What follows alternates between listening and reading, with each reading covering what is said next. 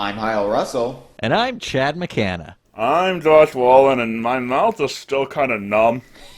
But at least I still have my beard. Oh, what's her name? And welcome to part 2 of the Geek Critiques DK Wrap-Up, featuring the help/abuse of the founders of DKVine.com. Thanks again, guys. No problem.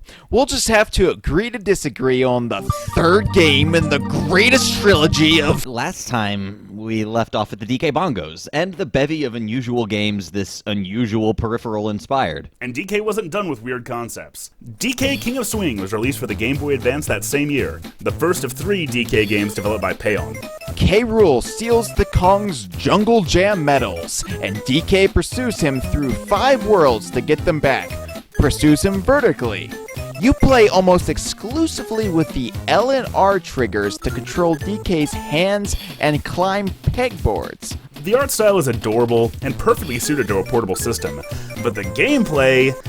The controls feel clumsy and awkward, especially at first. It's frustrating to fall down a chasm and have to work your way back up, but even after you wrap your head around the unique mechanics, it's just so slow and floaty. I don't feel the power of an enormous gorilla propelling himself through the jungle.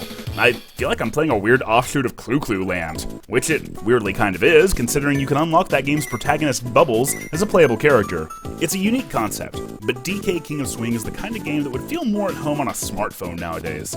A good time waster, but it's just not very engaging. Although from our perspective, King of Swing was actually a godsend, or maybe a Queen Banana Bird send.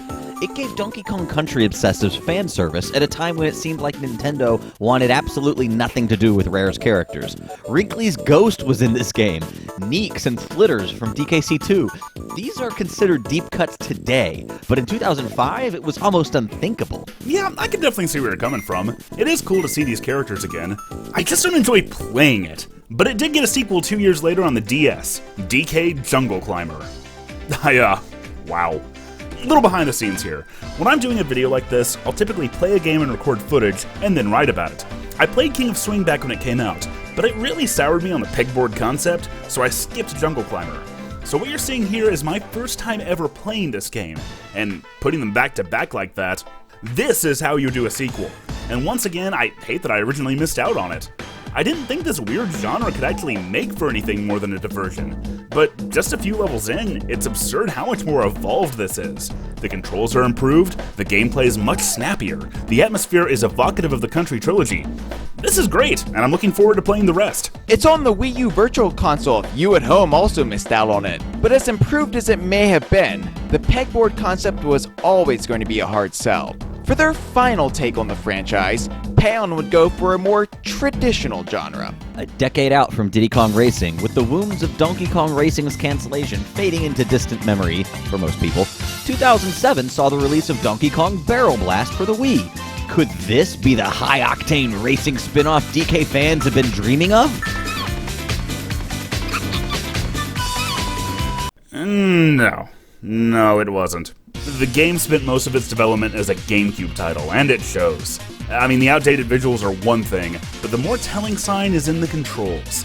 Barrel Blast was originally announced as Bongo Blast, but by the time the game was nearing completion, the GameCube was dead, taking the much maligned peripheral with it. But instead of implementing a more standard control scheme, Payon tried to replicate the precision of hitting a drum with the vague motion of swinging a drumstick around. The Wii's motion controls were just a poor substitute for the DK Bongos. But wait, the Wii had GameCube controller ports. They could have made it work, but I see how it is. Smash Brothers can get an old controller back on the production line, but I guess Donkey Kong just isn't important enough. Sakurai needs 5 different controllers to play as his Fire Emblem anime pretty boys. But our one chance to play as K. Rool? And we get scraps! Let it go, man. Please, breathe. It's unfortunate that bongo controls aren't an option, but even if they had been, the game still wouldn't have lived up to what we'd hoped for. Although, this is actually another game I'm playing for the first time, and it's not as bad as I thought it'd be. I'm a little more forgiving of motion controls than your average gamer, but Barrel Blast is certainly not solid enough to come even close to greatness. It reminds me a lot of King of Swing, actually.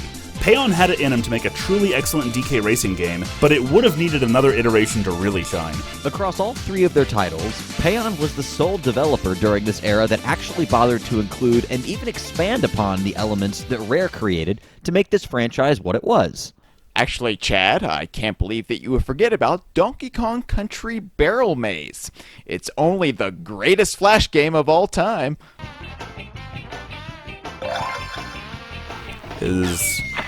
Is that ska? If only I could forget. But seriously, Payon actually cared about the details. The memorable cast of characters, the respect to passage of time and plot development. Yeah, this exhilarating moment in Barrel Blast, where I accidentally discovered On Guard was in the game, was the very instant I knew I'd find something to enjoy about it. Jungle Climber even mixes Country's tag team system into its pegboard gameplay. It's the details, you know? Alas, as respectful as Payon was to what Rare had built, the pegboard genre was just too gimmicky to really catch on, and awkward motion-controlled racing was even more so. But speaking of which, one other company was keeping the flame alive during this era. And it might surprise you. It was Rare. Microsoft didn't have a portable system of its own, and so for a while, Rare was allowed to continue making games for Nintendo's handhelds. Thus, Rare ported the Donkey Kong Country trilogy to the Game Boy Advance. The first is one of many unfortunate cases where the original GBA's dark screen caused developers to overcompensate with washed-out, bright visuals. But the ports get better in all regards as they go along, adding newly rendered map screens, story cutscenes, and even new bosses. But despite some modern enhancements, I don't think it's too controversial to say that the Super Nintendo originals are still the definitive versions. Yeah, the GBA versions are considerably weaker in just about every category. The graphics are pared down. The Game Boy Advance's sound chip can't hold a candle to the Super Nintendo's.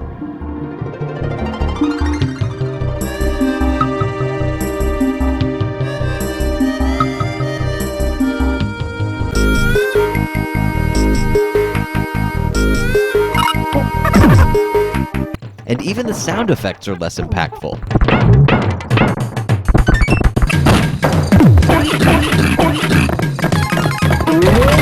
The Country series, especially the original, put so much focus on atmosphere and ambience, and a lot of that was lost in the transition.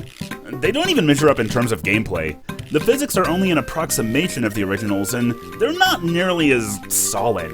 Look at how much slower Rambi is. The speedy, crunchy mechanics that have kept me replaying the Super Nintendo versions for so many years just aren't quite there. On the other hand, the slower but more consistent engine means that DKC3 actually fares really well, especially since Rare had ironed out most of the kinks in the porting process by then. David Wise even composed an entirely new soundtrack for Dixie's game. And remember how I lamented the lack of atmosphere in Lakeside Limbo? Whoop, happy cartoon time! Ah, but the GBA version, on the other hand.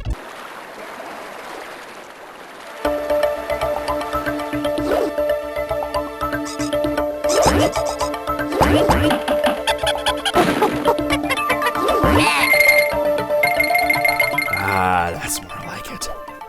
With the exception of maybe 3, I'd never recommend them over the Super Nintendo originals.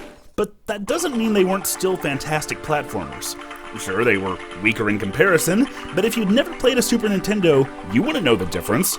The heart of Donkey Kong Country was still there, and as the only titles of the era that combined the DKC aesthetic with the mainline series gameplay, the GBA ports were critical in bringing a new generation of younger gamers on board. Ironically, the first Game Boy Advance remake was the best-selling Donkey Kong game during the entire decade, outselling Donkey Kong Jungle Beat by almost a time and a half. Donkey Kong Country 2 Game Boy Advance sold more than 1 million worldwide as well.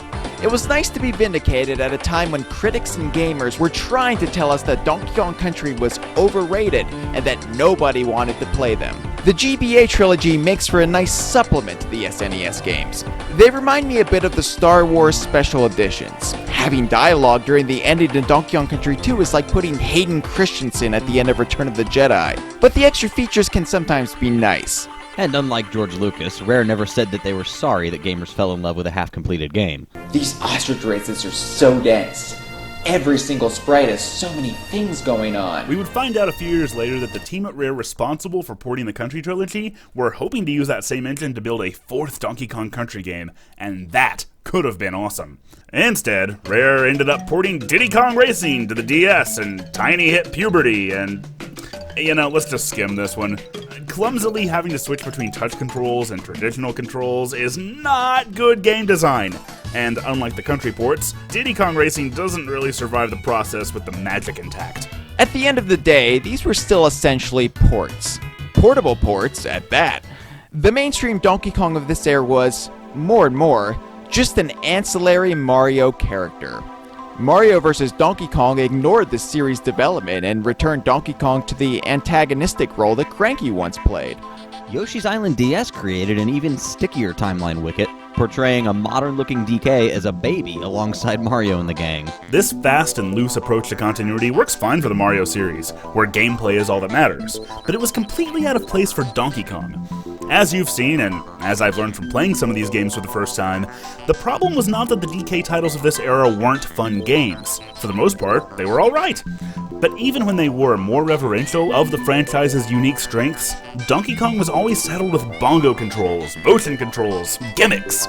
It became a franchise of spin-offs. All of this would have been excusable if a traditional mainline platformer series had given the series an anchor, but more and more, Donkey Kong was extraneous. To say Nintendo dropped the ball would be an understatement. The company either didn't understand or didn't care about what had made the franchise such a revolutionary force in the industry. Donkey Kong had fallen from grace, gone from an icon to a gimmick.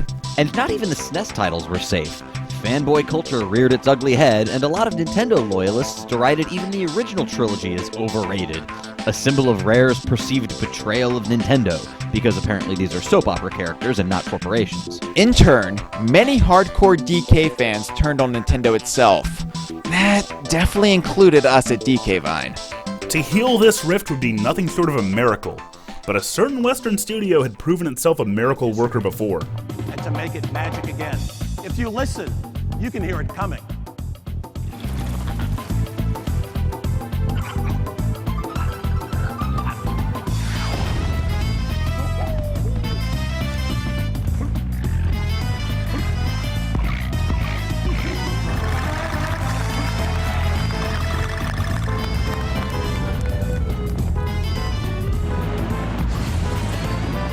Meh, should have been Metroid.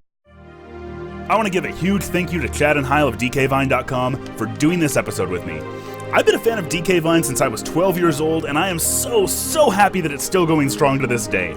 If you're any kind of Donkey Kong fan, or you just want to hear more from them, check out their Conversation podcast, their Twitch streams, their YouTube series. God, those guys are busy. We're busier than Tip Tup's dad. Ew, Heil. Check out the rest of Josh's Donkey Kong retrospectives and all the other videos he's done. Aw, thanks. It's nice to be awake for the end card this time. Like our Facebooks, follow our Twitters, be reverential to the subreddit, and you keep geeking, we'll keep critiquing. Thanks for watching.